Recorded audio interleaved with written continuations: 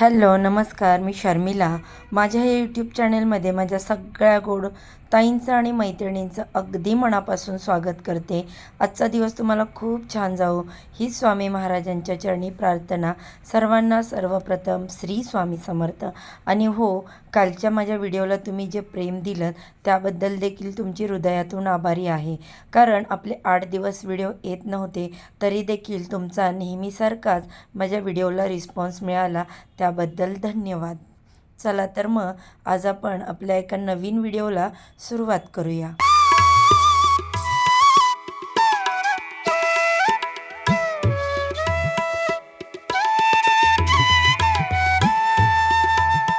बघा ताईंनो, दिवसाची सुरुवात घरातील पारोसा केरकचरा काढून, आपलं अंगण स्वच्छ करून, घरातील देवांची विधिवत देवपूजा करून भक्तिमय आणि आनंदाने केली तर घरामध्ये नेहमी पॉझिटिव्हिटी संचार करते आणि निगेटिव्हिटी जर असेल तर ती घरातून दूर होते. बघा, आपण खूप देवाची पूजा करतो, काही वैकल्प करतो, परंतु आपल्या मनातील काही इच्छा ज्या आहेत त्या पूर्ण होत नाहीत.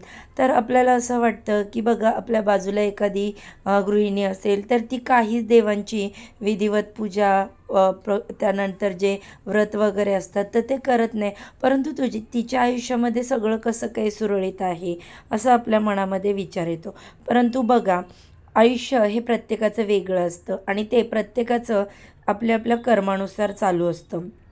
तुम्ही कर्म चांगले करा, तुमचं आयुष्यामध्ये कधीच तुम्हाला त्रास आणि दुःख भोगावे लागणार नाही. परंतु दुसरी बाजू अशी देखील आहे बघा ताईंनो, की तुमच्या घरामध्ये जर निगेटिव्ह वातावरण मोठ्या प्रमाणावरती असेल तर तुम्ही कितीही देवांची विधिवत पूजा करा, व्रत करा, उपवास करा, पण त्याचे पुण्यफल तुम्हाला प्राप्त होत नाही. त्याच्यामुळे आपल्या घरातील जी निगेटिव्हिटी आहे ती दूर करण्यासाठी अगदी साधे साधे आणि छोटे छोटे जे उपाय असतात ते आपण केले तर घर नेहमी आनंदी आणि अगदी मंगलमय राहतं. त्यानंतर बघा, आता इकडे माझी देवपूजा झाली, घरातलं सगळं पारुसं वगैरे झालं काढून. त्याच्यानंतर इकडे दुसरं म्हणजे काम येतं ते म्हणजे भांडी मांडण्याचं, कारण नंतर स्वयंपाकाला नाश्त्याला सुरुवात करायची असते. आणि बघा, आजच्या या व्हिडिओमध्ये मी तुमच्यासोबत हे शेअर करणार आहे की आपण एका वेळी 2-2, 3-3 कामं करून आपला स्वयंपाक हा कमी वेळेमध्ये किंवा आपलं जे नाश्ता जेवण वगैरे आहे, आपली नेहमीची कामं आहेत ती कमी वेळेमध्ये कशी पूर्ण करायची. तर बघा, आता इथे सर्वात आधी मी तुमच्यासोबत शेअर करते. हे मी काल इडलीचं पीठ जे आहे ते वाटून ठेवलेलं होतं.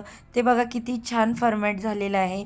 आणि बघा, उन्हाळ्यामध्ये इडलीचं पीठ तयार व्हायला अजिबात त्रास पडत नाही, कारण ते फक्त थंडीमध्येच तो त्रास आपल्याला जास्त जाणवतं, त्याचं फर्मेटिंग व्यवस्थित होत नाही. पण इथे हे खूप छान असं पीठ जे आहे ते फर्मेट झालेलं आहे.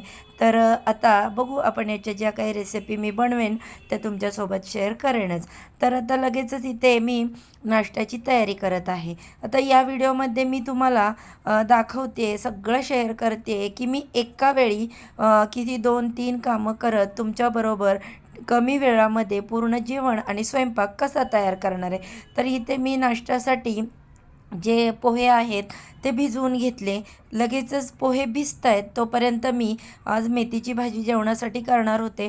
म्हटलं मेथीची भाजी धुवून ठेवावी, म्हणजे काय होईल, आपला नाश्ता तयार होईपर्यंत मेथीच्या भाजीमधील पाणी देखील चांगलं नितळून जाईल. त्यानंतर बघा, आता तुम्ही इथे बघू शकताय, मी पहिल्यांदा पोहे धुतले, मग मेथीची भाजी धुवून ठेवली नितळायला आणि लगेचच कुकर लावून घेते. आता कुकरमध्ये मी भात आणि मसूर शिजायला लावणार आहे. आता तुम्ही बघा, मी कामाचं नियोजन कसं करते, कारण आपलं स्टेप बाय स्टेप जर कामाचं नियोजन राहिलं तर आपली कामं अगदी कमी वेळामध्ये पटकन होतात. मग त्यासाठी पहाटेची उठून कामं करण्याची एवढी काही गरज पडत नाही. बघा ताईंनो, मला माहीत आहे की प्रत्येकालाच पहाटे उठून सगळी कामं करणं शक्य होत नाही. काही जणांचे शारीरिक प्रॉब्लेम असतात. आता ज्या काही वर्किंग वुमन आहेत त्यांना वेळेअभावी त्यांच्या कामानुसार ऑफिसच्या त्यांना थोडंफार लवकर उठावं लागतं. काही ज्या गृहिणी आहेत त्यांच्या मिस्टरांचे मुलांचे टिफिन देखील लवकर जातात, तरी त्यांना देखील उठावंच लागतं. पण मी म्हणते असं 4-5 वाजता उठून तुम्ही कामं करणं आणि ते आवरणं यापेक्षा जर अशी नियोजनबद्ध कामं केली तर तुमची अर्ध्या तासात अगदी कामं सगळी होतात. म्हणजे नाश्ता, जेवण वगैरे आणि त्यानंतर मग तुम्हाला क्लिनिंगसाठी देखील वेळ खूप भेटतो आणि तेवढा पुरेसा असतो. तर आता इथे लगेचच बघा मी नाश्ता बनवत भाजी धुवून ठेवली, कुकर लावून ठेवला. कारण बघा काय होतं, आपला नाश्ता होईपर्यंत कुकरच्या शिट्ट्या होतात, तो छान थंड होतो की लगेचच मग आपल्याला आणि सुकी भाजी जी करायची असते त्याचं नियोजन केलं तर आपण लगेच तिथे नाश्ता झाला की भाज्या फोडणीला देऊ शकतो.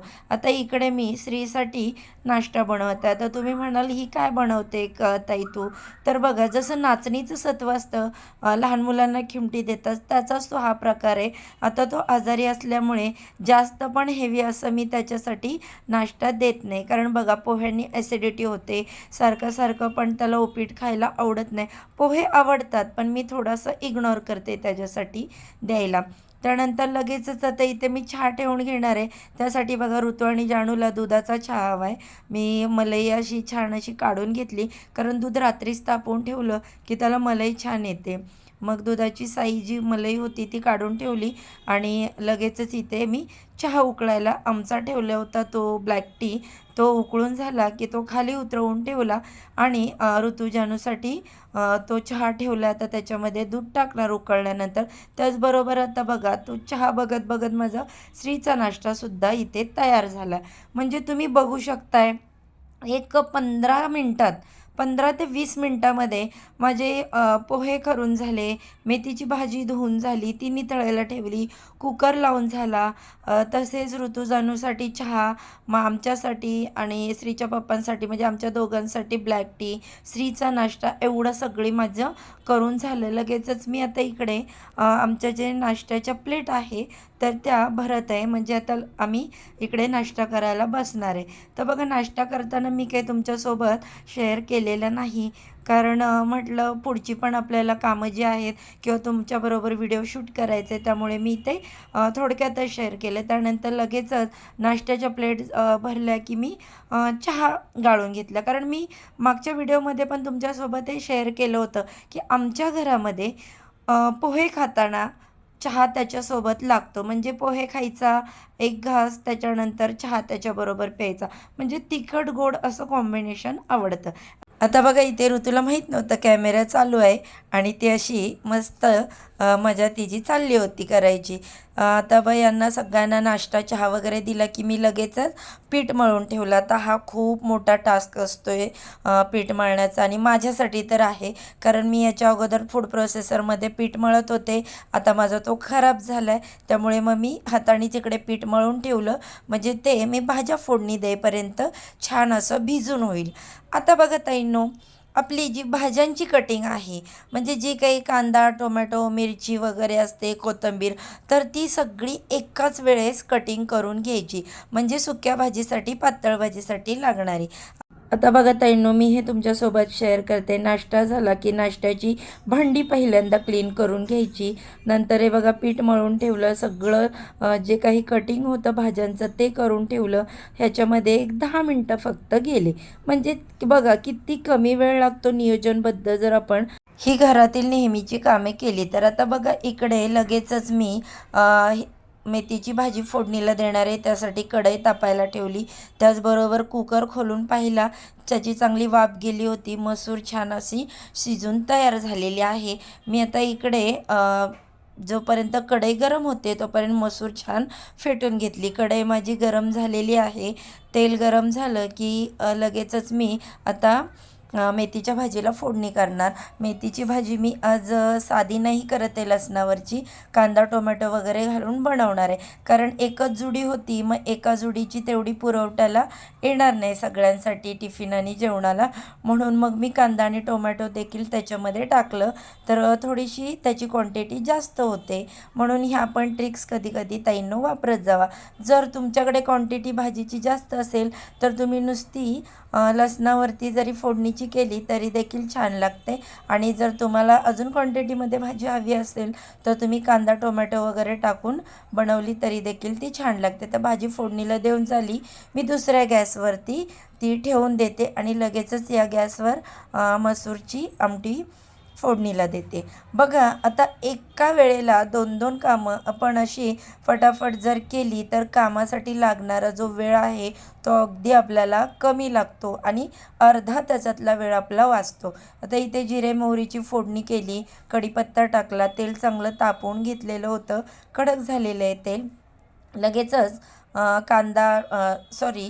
लसूण जो आहे तो मी ठेचून घेतला होता तो टाकला, कांदा टाकला आणि छान असं हे सगळं परतवून घेतलं. आता लगेचच जर तुम्हाला कांदा वगैरे व्यवस्थित भाजून कमी वेळामध्ये घ्यायचा असेल तर मीठ टाकायचं कांद्यामध्ये, म्हणजे कांदा लगेचच मऊ होतो आणि भाजायला वेळ लागत नाही. त्याचबरोबर बाजूची मी लगेच भाजी देखील त्या गॅसवरती हलवून घेत आहे, म्हणजे दोन्ही गॅस माझे चालू आहेत, दोन्ही कामं एकसाथ चालू आहे. आता इथे मी झाकण का ठेवलं, झाकण ठेवलं वाफ पटकन आली तर कांदा टोमॅटो पटकन शिजलं जातं. आणि याच्यामध्ये मी थोडीशी कोथिंबीर टाकली. आता इथे पण मी तुम्हाला एक ट्रिक सांगते. कोथिंबीर तुम्ही फोडणी देताना टाकली ना त्याच्यामध्ये तर त्याचा देखील वास खूप छान राहतो. का आपलं जी भाजी आहे ती फोडणी करून व्यवस्थित झाल्यानंतर शेवटी जेव्हा आपण कोथिंबीर टाकतो त्यापेक्षा फोडणीमध्ये टाकली ना तर ती पण छान लागते.